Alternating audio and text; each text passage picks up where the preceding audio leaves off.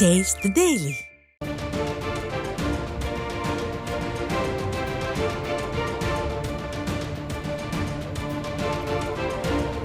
அண்மை செய்தி.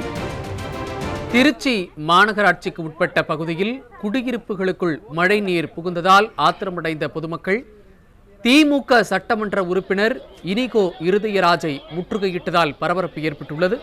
அதன் விவரங்களை வழங்குவதற்காக நமது செய்தியாளர் அருண்குமார் இணைந்திருக்கிறார். அவரிடம் கேட்கலாம்.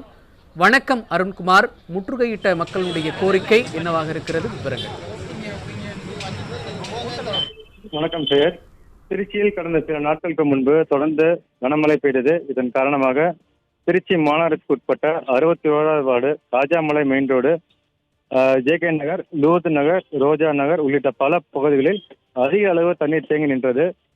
மழை நின்றும் 5 நாட்களுக்கு மேலாக தண்ணீர் வடியாமல் இருந்ததால் தண்ணீர் சாலைகளில் தேங்கக்கூடாது என்பதற்காக திருச்சி மாநகராட்சி மற்றும் நெடுஞ்சாலைத்துறையினர் குடியிருப்பு பகுதிகளில் தண்ணீரை திருப்பிவிட்டதால் வீடுகளை மழைநீர் சூழ்ந்து வெள்ளம் போல் காட்சியளித்தது.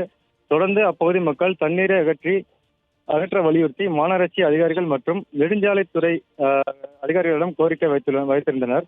ஆனால் இதுவரை எந்த நடவடிக்கையும் எடுக்காததால் ஆத்திரமடைந்த அப்பகுதி மக்கள் ராஜாமலை கேகே நகர் மெயின் ரோடு சாலையில் மறியல் போராட்டத்தில் ஈடுபட்டனர்.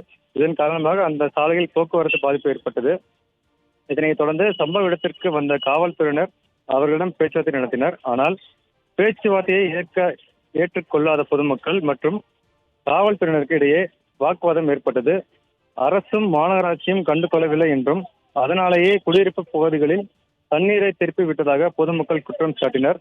தொடர்ந்து அப்பகுதியில் மாமன்ற உறுப்பினர் ஜாபர் அலி பொதுமக்களிடம் பேச்சுவார்த்தை நடத்தியும் உடன்பாடு எட்டப்படாத நிலையில் சம்பவ இடத்திற்கு வந்த திமுக கிழக்கு சட்டமன்ற உறுப்பினர் இனிகோ இருதயராஜ் பொதுமக்களிடம் பேச்சுவார்த்தை நடத்துவதற்காக வந்தார். அப்போது அவரையும் முற்றுகையிட்டு அப்பகுதி மக்கள் வாக்குவாதத்தில் ஈடுபட்டனர்.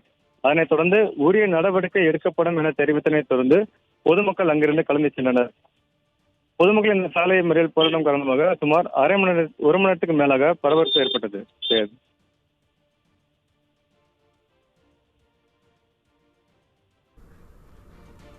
விவரங்களை வழங்கியமைக்கு நன்றி அருண்குமார்.